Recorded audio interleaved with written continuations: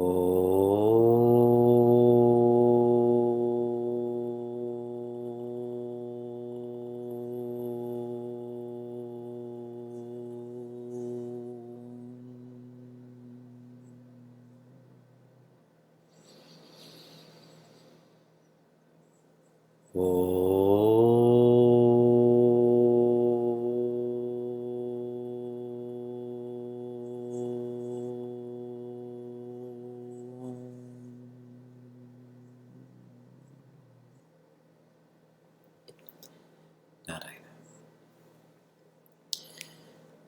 Acharya Shankara, in his commentary, his bhasha on Srimad Bhagavad Gita, shares what the purpose of Srimad Bhagavad Gita is.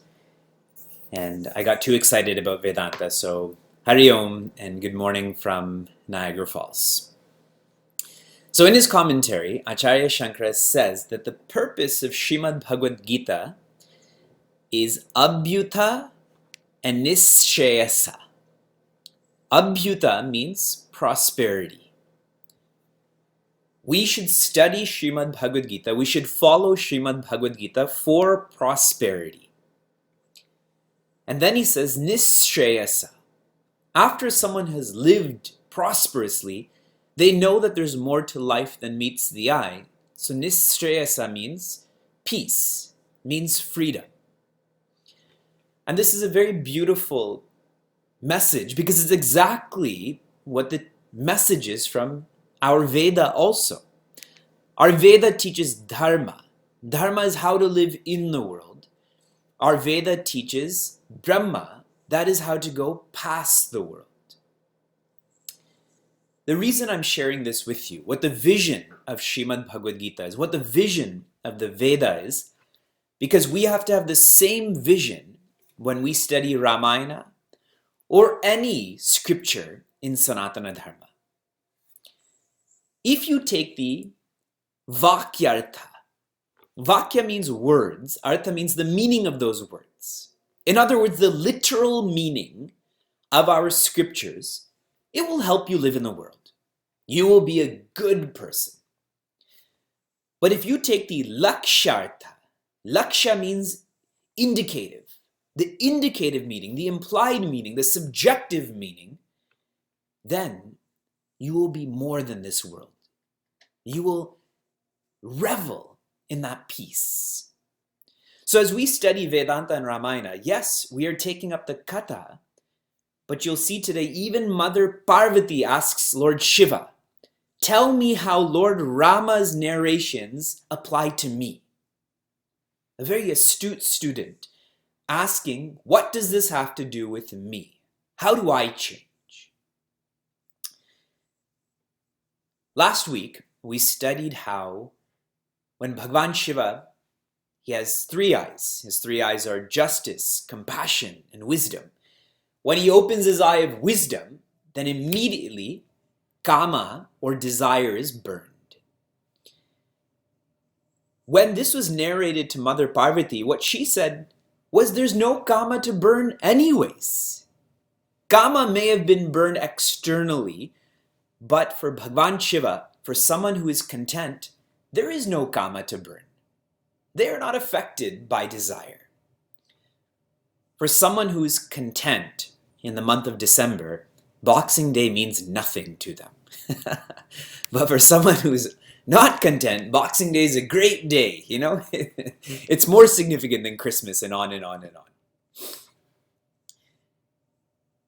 We are in the process of Mother Parvati and Bhagavan Shiva being married. And Mother Parvati has gone through a lot of hardships, a lot of tapas.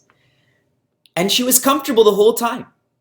Bhagavan Shiva is approaching the pavilion where Mother Parvati is, and he's with his ganas, which are the goblins and the ghosts. He's wearing his skulls and all of that. And he's comfortable too. He's comfortable in his ash and his tiger skin and so on and so forth. Their comfort is not external. Their comfort is internal. Mother Parvati is thinking about Bhagavan Shiva. Bhagavan Shiva symbolizes egolessness. Bhagavan Shiva is thinking about Bhagavan Rama, which is joy. So if our life's purpose is egolessness, then that means our life's purpose is really joy, and we will be comfortable always. There's no such condition of space, time, matter then. One is free. That's what nischayasa is, when you have no comfort zone, because you are comfortable in all spaces, all places, all times, all matters. You don't have friends that you like. You don't have friends you dislike. You are free. Coming back specifically to where we are, the last thought I shared with all of you was Mother Parvati's mother, Menaji. She just fainted hearing about her future son-in-law. She fainted. And then when she woke up, she just started crying. And she went to her daughter and said, "What kind of mother am I that I've arranged this marriage?" And some of the words she uses, with this crazy fellow. He's like a thorny bush and you are like a soft flower. He's a maniac. She uses the word, he's a maniac. She's describing Bhagavan Shiva, crying. See, that's what happens in the katha. But in the implied meaning for you and I, Menaji is attached. She's attached to her daughter. She's attached to the future of her daughter. And when someone is attached, they start projecting their own deficiencies. They start to project their own ego externally. She's unable to see Bhagavan Shiva's strength and contentment. Now you put yourself in this position. Would you not want to marry someone who's fully content? Would you not want someone in your family who's most strong in character? But she's not seeing that. She's thinking Bollywood, you know? They have to sing and they have to dance and so on and so forth. It's her attachment. Don't we project wrongly on our kids and their future, our family and their future?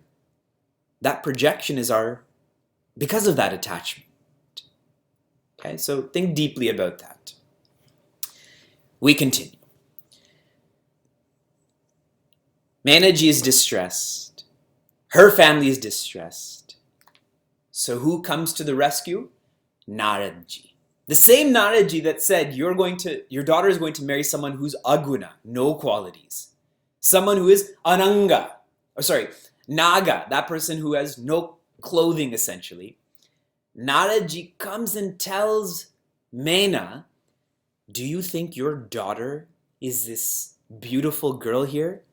This daughter of yours is the mother of the universe. Do you think Lord Shiva is this white-skinned, snake-wearing being? He is the Jagadishwara. Your daughter and your son-in-law are your creators. Naraji gives a whole history of Satiji and all of the changes that take place. And Mena and Himavan and everyone is elated. And not elated in a worldly way, they prostrate to their own daughter, knowing her potential. And then the whole pavilion of the bride's side, the whole barat of the groom's side, they all go to their respective places, and what do? What do all Indian functions revolve around? Food. And they all eat then. They have fancy dinners, and it's even shared in Ramayana that they prepared food according to the time and the place and the person. It's called gastrological works. You know, that specificity in regards to the food that people want. So if you go on a cruise or if you go to an all-inclusive resort, you have a lot of options. Or they may even prepare, an omelet for you or pancakes for you or pasta for you. But here, without asking, that food is prepared. They're so acute in these fine details. And everyone is resting, everyone is at ease. And then the pujari says, the muhurta has come. That time has come, that auspicious time for the marriage of Parvatiji and Shivji. So they're brought to the mandapa, and there all of the pujaris are chanting their Vedic mantras. And finally, Himavan takes Mother Parvati's hand and gives that to Bhagwan Shiva. And then as soon as that is done, then in the whole multiverse, everyone starts chanting Jai, Jai, Jai. Om Namah Parvati Pate. Everyone saying Har Har Mahadev. And the whole multiverse is rejoicing because the creator of that multiverse is now, the creators of that multiverse are connected once again. As this Vedic ritual is going on, when Bhagwan Shiva had entered into that pavilion, in his heart he prostrates to Bhagwan Rama, and externally he bows down to all the Brahmanas. And that's to show us how even Bhagwan leads by example. We've studied how Bhagwan Rama went to the Gurukula, Lord Krishna went to the Gurukula. Here, this is the creator of the universe, and he's still bowing down, acknowledging the Brahmanas who are his ambassadors. When Mother Parvati comes to the mandap, when she's coming to get married, you know who she bows down to in her heart? Ganapati. She remembers Bhagwan Ganesha. Now this is a very confusing matter, isn't it? Bhagwan Ganesha is her physically created son, and she's prostrating to him. So everyone pay attention to this point. You didn't have to pay attention to anything I said before, but now you should pay attention. In Sanatana Dharma, time is not linear. Time is cyclical. In Sanatana Dharma, there's not one layer of time, there's endless layers of time. So, in the Ramayana that we are studying, Goswamiji's Ramayana, in the Ramayana that we're presently studying here in 2016, the fact that Ganapati-ji is acknowledged shows that this creation of Mother Parvati making Bhagwan Ganapati happened before. And it didn't just happen before, it's happening right now too. In some space, in some time, in some dimension, that episode of Mother Parvati making Bhagwan Ganesha is happening. Right now, there is a Ramayana happening where Hanumanji is landing in Lanka, or Mother Sita is being kidnapped, or Lord Rama is being born, and it will happen in the future also. That's the whole idea of a multiverse. It's not conditioned. There's layers and layers and layers of dimensions. And how accurately in Srimad Bhagavatam, our rishis say that. They say there's infinite Brahmandas. How many Brahmandas? As many bubbles as there are in the ocean. Can you count how many bubbles there are in the ocean? It's innumerable, countless. And in each Brahmanda, there are innumerable lokas, dimensions or layers. Specifically for us, we say that there's 14 layers or levels or dimensions. The highest is Satyaloka, where Lord Brahma is the guru. The lowest is Patala, which is hell. In this hell, the rivers are not made up of water, they're made up of acid. There, people don't eat flesh, they eat bones. And on and on and on. There's such accurate descriptions of all of this. And the first layer of the heavenly abodes is where we are right now, where we all live. And the highest point in that is Canada, in this, and the lowest point. So, when Mother Parvati remembers Lord Ganesha, remember the vastness of these dimensions, the vastness of these universes, and on and on and on. And how beautifully Bhagwan Shiva and Bhagavati Parvati both remember Bhagwan, even though they are Bhagwan. And this is why the joy that is created from their wedding, it's like an echo that resounds through the whole multiverse. And everyone is rejoicing, and in their rejoicing, everyone starts giving. The Devatas are giving flowers, the Gandharvas are playing music, dowries are given to everyone. Bullock carts and hay and gold and food. Everyone has internalized that joy and they radiate that by being generous. After Bhagavan Shiva and Mother Parvati were married, then they went back to Kailash, and soon born to them was Shanmukha, the one with 6 heads, also known as Kartikeya, Skanda. And if you remember, that was one of the reasons why they needed Bhagavan Shiva to marry Mother Parvati, was to create a warrior that would kill Taraka, that demon Taraka. It is our responsibility, if possible, again, if possible, it is our responsibility to pay our pitarrina, the debt we have to our families. Our families created us, no? Your mother's carried you in her womb for however many months. Someone did it for you, and you've had all of these opportunities to live, to breathe. Part of our pitarrina is to raise physically and mentally strong kids.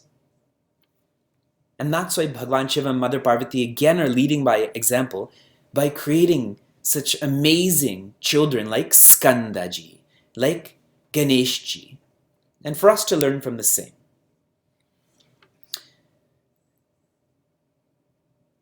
Subjectively, what is being conveyed here with Bhagavan Shiva and Mother Parvati's wedding? Bhagavati Parvati symbolizes Shraddha, and Bhagavan Shiva is Vishwas. Shraddha means faith. Vishwas means trust. When faith and trust get married in our heart, only then will we be able to connect to Bhagavan. You see, Mother Parvati and Lord Shiva's marriage is the precursor. It's the prelude to Bhagavan Rama's narration, to his manifestation. And what Goswamiji is trying to teach us here is that we, too, have to have faith and trust in our heart. They have to marry in our personality for us to rediscover the infinite. But as long as we lack faith, we will lack trust. And if we lack trust, we will never be able to experience our potential. Do you have faith in yourself? Do you trust those who are wise? Yesterday in Buffalo, we had a Balavira camp. Buffalo was the first center that I taught at a camp. It was in winter of 2008, and it was the first class I ever took up to was in Buffalo, Vivekji. So it's been many, many, many camps there, and I've seen a lot of those kids who weren't even born in 2008, and now they're attending camps and giving answers. So I'd asked all of them, I said, what does www mean? What does www mean? And immediately people are like, is that a URL address? Is that HTTP? You know, they're very astute with all of that. www is, what would the wise do? What would the wise do? Whenever you and I have to make a decision, whenever we have to analyze, we should always ask ourselves, what would the wise do? In this context, as we're studying this divine marriage, whenever we make decisions, whenever we analyze, we have to think, what would Bhagavan Shiva do in this circumstance? What would our Sadguru do in this condition? Throughout Ramayana, we find leaders, people who lead a kingdom, people who lead a family, people who lead an army. So pay close attention to these subtle behaviors that are being indicated. You have to love yourself to be able to lead yourself. And that's what this marriage, this divine marriage though we celebrated it today on December 11th, this has to be perpetual within yourself. Okay? Goswamiji shares, for the one who has no love for Bhagwan Shiva, they can never dream of being with Bhagwan Rama. What's deeply shared in our Ramayana is how Shaivites and Vaishnavites should be. You can't be a Shaivite without being a Vaishnavite. You can't be a Vaishnavite without being a Shaivite. But we always make them mutually exclusive, correct? I've seen a mandir, which is of a Vishishta Advaita nature. So, qualified oneness. And at their altar, they have various forms of Bhagwan Vishnu.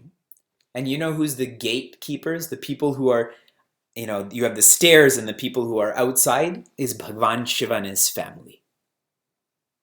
These Dwarpas, who are supposed to be ordinary beings like you and I, Bhagwan Shiva and his family has been put outside.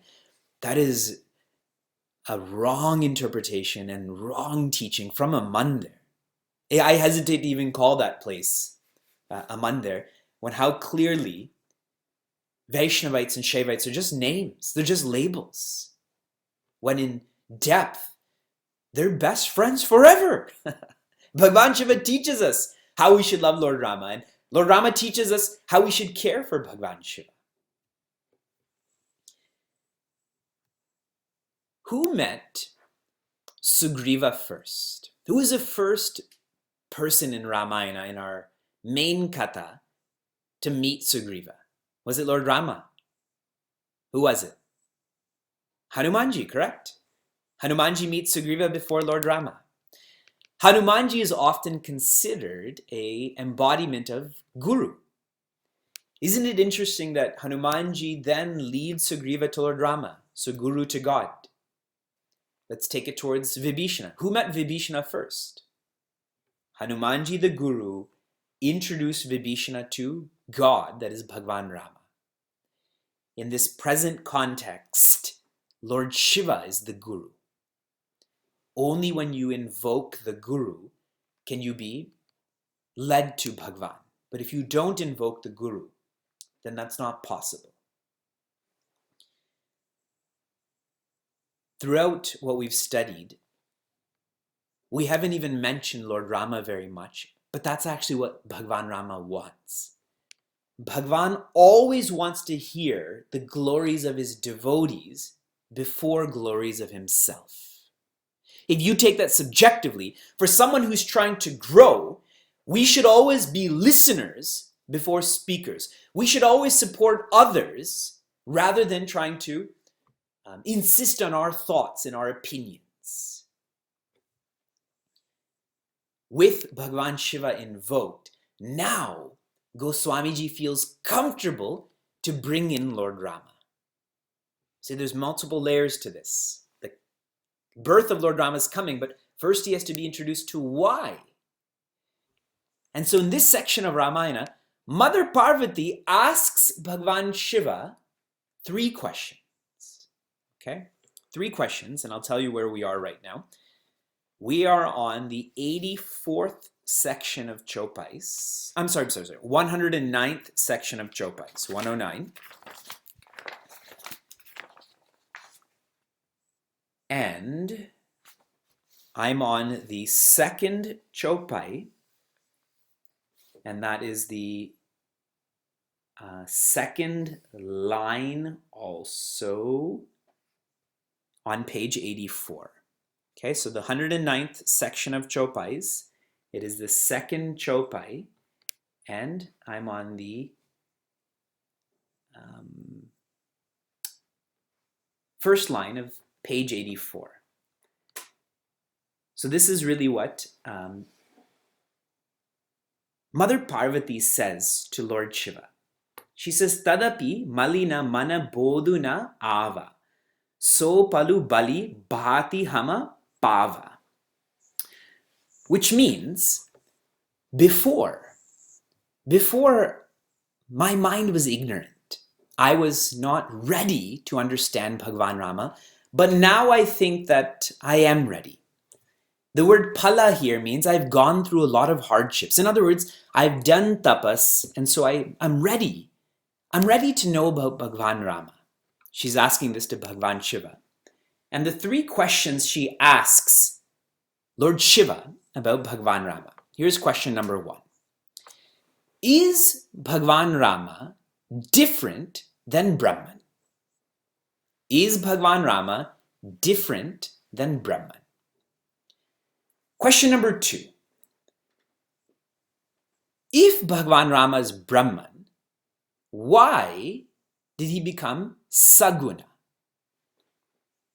Brahman is known as Nirguna. There's no description. This Brahman has become Saguna. There's a description, and she specifically says Bhagwan Rama is crying when his wife is kidnapped. He's rejoicing when he crosses over to Lanka. She narrates some of this. Question number 2.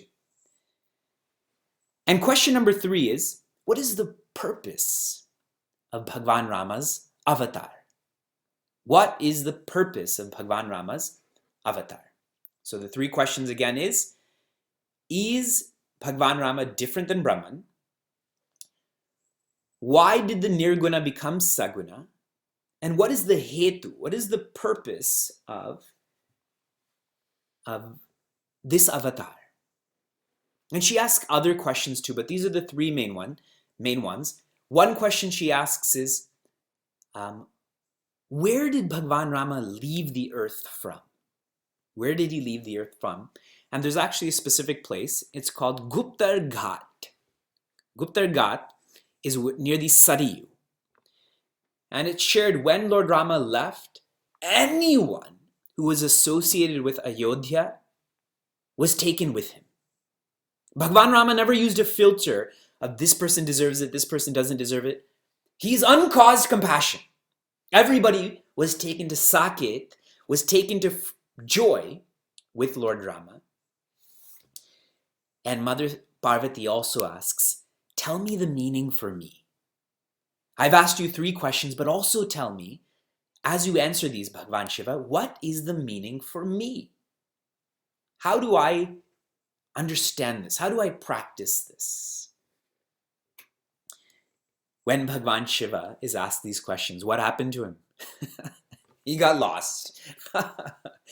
Bhagwan Shiva is known as Ashutosh. Ashutosh means the one who's easily pleased, the one who's easily content. You just mention the word Rama and he's lost in contemplation. You mention tapas, he's lost in tapas. It's like when you hear a beautiful raga or you see a beautiful picture, and if that's your personality type, then it's hard to bring you back from looking at that nature. For foodies, once they start talking about food, it's impossible to change the subject. They just keep going on and on and on with that. For Bhagwan Shiva, his subject is Lord Rama. But remember, that subject is happiness. What I was sharing with the older students yesterday in the Balaver camp, the theme of the camp was lifting yourself by yourself. Lifting yourself by yourself. And I approached the subject in 3 ways. The source, the solution, and the support. The source, the solution, and the support. Starting with the source, my emphasis was the power of the mind. If you're enjoying Vedanta and Ramayana, this session begins at 11 a.m. Eastern Time and finishes at 12. So it's exactly an hour. And if you're enjoying, it feels like 45 minutes, feels like 30 minutes, keep telling us more, keep telling us more. And if you're not enjoying, then this feels like, whoa, it's like he does 3 discourses in 1 hour.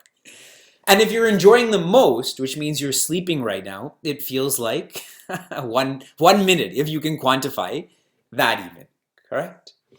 But you see, it's all the same time externally, but it's your relationship with time. It's the power of the mind.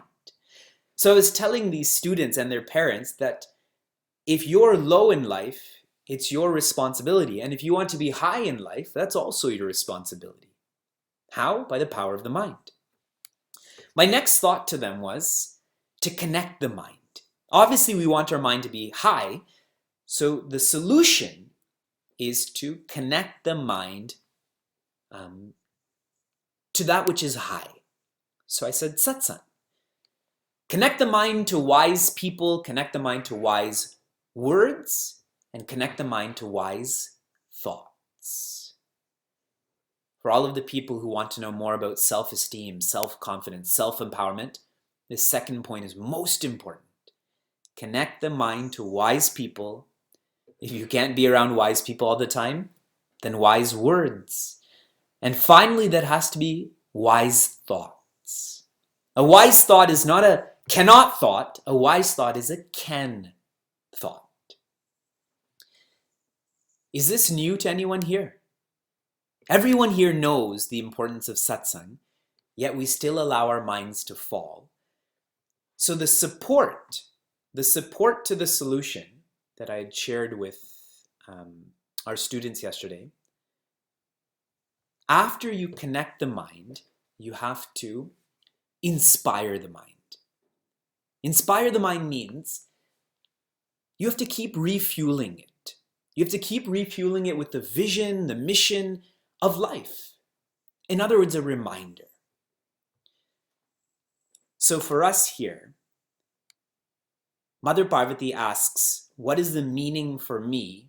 And Bhagwan Shiva, who loves this subject, he loves this subject so much, he's constantly wanting to hear about it and talk about it, he gets lost. And it reminds me of people like Sri Ramakrishna. Sri Ramakrishna, he was barely perceiving that which is external. People had to yell in his ears and force food in his mouth because he was just so lost in joy. Ours is lost in sorrow. We have to tell people to eat. We have to tell people to go to work and school and all of that. His was lost in joy, like Lord Shiva. When Lord Shiva, by force, comes out of his samadhi, what he tells Mother Parvati is, I love you and I love your question. And he says, anyone who doesn't love joy, anyone who doesn't love self-development, he says, this is in, I'll tell you this and then I'll give you one more line. He says that person's ears are only fit for snakes to live in. They're just holes, he says. Those ears that don't listen to self-development are just fit for snakes to live in them. He says those eyes that don't long to see joy, those eyes are like the fake eyes on peacock feathers. You've seen the back of when a peacock is in display. Those look like eyes, but they're not, you can't see with those eyes, just like these eyes. He says those tongues that don't ask for satsang, those tongues that don't chant, those tongues are like frog tongues. What do frogs do? They croak. Those frogs, there's nothing intelligent about what frogs do in this context. He says those heads that don't prostrate to brahmanas, don't prostrate to sadhus, those heads are like pumpkins, filled with emptiness. And finally, he says those hearts that are not filled with love, love for the higher, such people, though alive, are dead. So that whole idea of the walking dead has also come from Ramayana. So what are you using your ears and eyes and tongue and head and heart for?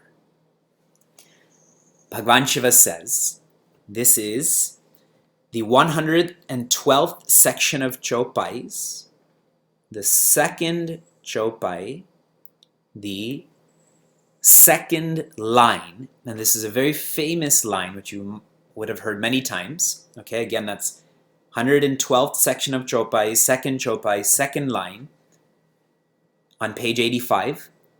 Mangala Bhavana Amangala Hari. Dravauso Dasarata Ajira Vihari.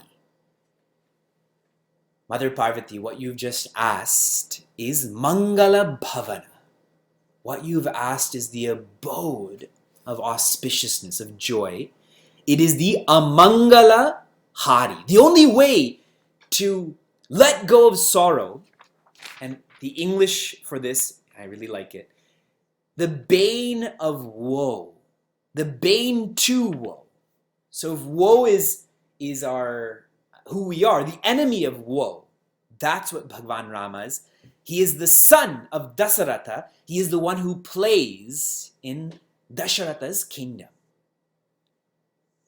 Dasharatha, Dasha means 10. Ratha means directions. In terms of 10, what do you have that is 10 in number? The organs of input and the organs of output, correct? The Jnanendriyas and the Karmendriyas. Isn't it interesting when Bhagavan Rama was with Dasharatha, these 10 directions, he was alive. When Lord Rama left those 10 directions, what happened to Dasharatha? He passed away. That physical passing away shows, subjectively, when someone is not using these organs of input and output for joy, then that person is filled with struggle, filled with sorrow. So that's why we keep repeating this line when we chant Hanuman Chalisa, when we chant Ramayana. This is the way, by remembering Lord Rama, this is the way to joy. This is the way to be free of sorrow. Let Lord Rama roam in my ears and eyes and heart and head and tongue. A couple of other chopais that I want to bring to your attention. I'm on the 119th section of chopais. The 119th section of chopais. This is chopai 1, line 1, which is on page 90. Bhagavan Shiva says, Kasi marata jantu avaloki jasu nama bala karau bisoki. And you know these words. Those people who die in Kashi. What Bhagavan Shiva does, Jasu Nama Bala Karanu Visoki, he chant Lord Rama's name in their ears, and they go from that place which is no abode to Lord Rama's abode. He's sharing all of this with Mother Parvati to understand what Bhagavan Rama is, what he can do for you and I. And why Goswamiji is spending so much time on this right now is because we still have to study a whole lot. And if we don't understand the practical aspect of what Ramayana can be for us, then we will not have this marriage of faith and trust. We will not invoke the Sadguru. We will not invoke that joy. In the same section of Chopais, Goswamiji says in the second Chopai, the second line, he says, and again I'm on page 90, he says, Sadara sumirana je narakara hi bhava baridi gopada iva tarahi. And what that means is, for someone who does understand Bhagavan Rama, for that person to cross over sorrow, fear, anxiety, depression, it's like crossing over the print that a cow makes in mud. A hoof print. Now, how much water can go in a hoof print? Nothing. You just have to, your hand can cross over that. So for you and I, as we're about to, and there's one more chopai I wanted to share here, which I won't give you the detail, but essentially what Goswamiji says, in Kali Yuga, the axe to Kali Yuga is understanding and appreciating self-development. Where there's so much pressure of competition, so much pressure of jealousy and insecurity, the only way to cut through this forest, this jungle of distraction, is to know what's important in life. Okay? Now, Bhagavan Shiva begins answering these questions. Okay? So he answers question number 1. Is Bhagavan Rama different than Brahman? And here's Bhagavan Shiva's answer to Mother Parvati. He actually tells her, I love you, Mother Parvati, but I don't like that you ask this question, because that means you have a doubt that Bhagavan Rama and Brahman are different. They are not different. And he says, it's like someone who knows that Bhagavan Rama is Brahman, for them there is no dawn of understanding. It's very poetic. There's no dawn of understanding. Why? Because dawn presumes that there is darkness, correct? If there's always sun, if you go to the North Pole in summer, then the sun doesn't set for 6 months, correct?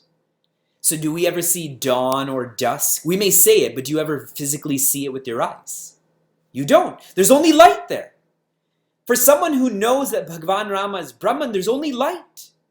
There's no question of difference between the two.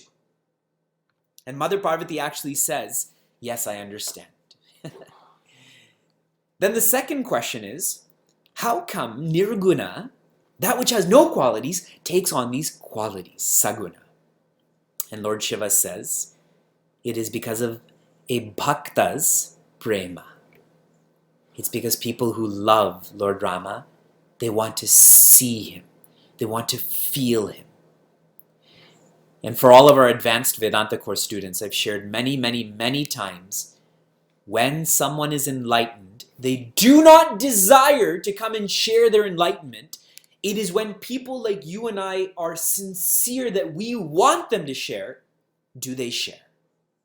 You see Sri Ramakrishna, he stayed in Kolkata, in that area. Puja Swami Vivekananda went around the world. It's not because Puja Swami Vivekananda, in his enlightenment, wanted to see America. He wanted to sleep in a garbage bin in Chicago. He wanted to become popular and have people remember him forever. The ego is dead. There's no individuality. It is us. It is our prayers that bring Bhagavan in the form of sadhus into our lives. So if you're in the company of sadhus, you deserve it. And if you're not in the company of sadhus, it's because you don't want it. A lot of gratitude when we hear such messages. And finally, the third question. I'm going to take you to the 121st section of Chopais. 121st section of Chopais. And this is the... I'm over here. I'm on the third Chopai and the fourth Chopai. The third and fourth Chopai, starting with the second line of the third Chopai. The question is, what is the purpose of Avatara? Why did Lord Rama take Avatar? And Lord Shiva says, Jaba jaba hoi dharma ke hani. And you know these words. Every time that dharma becomes weakened, becomes hurt, badahi asura adhama abhimani. And bondage and asuras and low people and ego start to grow. Karahi aniti jai nahi barani sidahi bipradenu sura dharani. That directly, in an unambiguous way, I come for the vipras, for the wise people, for the denu, that is cows, for nature. For suras, those who are people who have sattva in their lives. Taba taba prabhu dhari bibida sarira. Then that divine presence takes lots and lots and lots of different forms and names. Harahi kripa nidhi sajjana pira.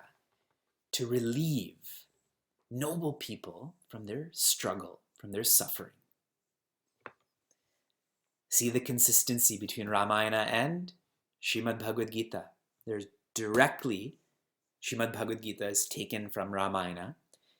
In this case, it's Goswamiji's Ramayana, so it came afterwards, but they're not different. And I know a lot of you have a love for Srimad Bhagavad Gita. The point of this course is to also expand your love to the same knowledge, but to add to it in the form of bhakti. That is your evolution. Here you must know this. This word asura comes up. What does asura mean? Asura we traditionally define as someone who has no light. In other words, a tamasic person. But here's the actual etymology of the word asura, and you're not going to like this, but I like saying that. You're not going to like this. That means you know there's a shock message that's coming. Asushu praneshu indriyeshu ramate iti asuraha. Asushu praneshu indriyeshu ramate iti asuraha. Who is an asura? Someone who identifies with the pranas. Someone who identifies with the senses. And that person, ramate, that person only thinks they're this breath and this body. That person is an asura. So you see, anyone who's not working on developing their minds, anyone who's not connecting their intellect to their spirit, that person is an asura. Literally, according to our scriptures and our language. Asura is not just Ravana. Asura is not just Shishupal. Asura is not just people who we think are wicked, like Hitler and so on and so forth. Relative to our potential, if we just think we're this body and breath, we are asuras. And that's why this Ramayana comes to teach us to go within, to be inward looking. The purpose of Avatara is given generally in this answer, but now more specifically, the rest of Ramayana is given to answer this one question of Mother Parvati. She asked this question, I said, around the 109th section of Chopai. So page-wise, page 90. My copy of Ramayana has 750 pages. So if you think I take a long time to answer questions, this question is going to be answered over 650 pages. 6 reasons why Ram Avatar is there. See, we had the reason why Mother Shiva, you can say that too. Lord Shiva and Bhagavati Parvati got married, there was a reason. The deep implication is there should be a reason we got married too, okay? And now, there are 6 reasons why Lord Rama takes avatar, and you know some of them. Next week when we meet, I will list them all out for you. Just list them so that you have them in your radar, and then each one will take up in detail. Like how Jaya and Vijaya became Ravana and Kumbhakarna. And next week, which is our completing class, I'm going to share another reason why Lord Rama took avatar, which is known as the Narada Moha Prasanga. This is a famous and lovely and laughable narration where Naradji believes that he is as strong as Lord Shiva. And when he tells Lord Shiva this, Lord Shiva says, don't tell Lord Vishnu this. And what does Naradji do right away? Goes and tells Lord Vishnu this. And there's so much that happens after that. It is a very, very real episode of Ramayana. I'm sure you can identify with this a lot as I get into this next week. Oh.